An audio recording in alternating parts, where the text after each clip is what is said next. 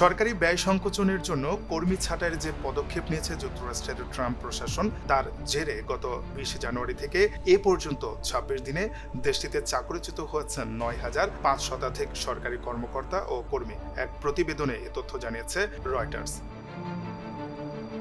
যুক্তরাষ্ট্রের প্রেসিডেন্ট নির্বাচনের সময় বিশ্বের শীর্ষ ধনী ইলন মাস্কের সঙ্গে ঘনিষ্ঠতা হয় দেশটির বর্তমান প্রেসিডেন্ট ডোনাল্ড ট্রাম্পের। গত ২০ জানুয়ারি শপথ গ্রহণের পর সরকারি ব্যয় সংকোচন ও কর্মীদের দক্ষতা বৃদ্ধি নামে নতুন একটি দপ্তর খোলার নির্দেশ জারি করেন ট্রাম্প। সেই দপ্তরের প্রধান করা হয় ইলন মাস্ককে। তবে যুক্তরাষ্ট্রের পার্লামেন্ট কংগ্রেস স্বীকৃতি না দেওয়ায় এখনও মন্ত্রণালয়ের মর্যাদা পায়নি সেই দপ্তর। মাস্ককেও মন্ত্রীর পরিবর্তে উপদেষ্টা পদবিতেই সন্তুষ্ট থাকতে হয়েছে। ট্রাম্পের শপথ গ্রহণের দিন থেকেই সরকারের কর্মকর্তা কর্মীদের ছাঁটাই করা শুরু হয়, যা বর্তমানে প্রায় ১০,০০০-এ ঠেকেছে।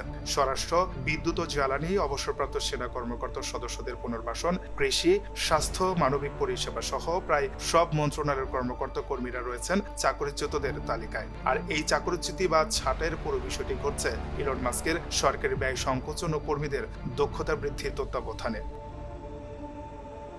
শিগগিরই তালিকায় আরও হাজারেরও অধিক কর্মী যুক্ত হতে যাচ্ছেন, কারণ যুক্তরাষ্ট্রের অভ্যন্তরীণ কর আদায়কারী সরকারি সংস্থা ইন্টারন্যাশনাল রেভিনিউ সার্ভিস গতকাল শুক্রবার জানিয়েছে যে সামনের সপ্তাহেই ১,০০০-এরও বেশি কর্মকর্তা কর্মচারীকে ছাঁটাইয়ের নোটিশ দেওয়া হবে।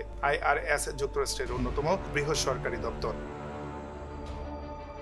ছাঁটাইয়ের পাশাপাশি বাই আউট কর্মসূচি বা গোল্ডেন হ্যান্ডশেকের মুখে পড়েছেন ৭০,০০০-এরও বেশি কর্মকর্তা কর্মী।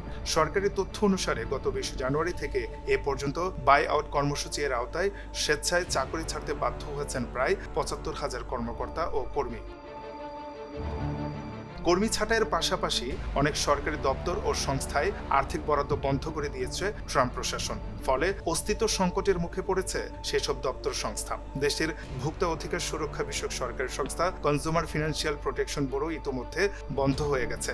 বাকি বেশ কয়েকটি দপ্তর সংস্থা বন্ধ হয়ে যাওয়ার পথে আছে।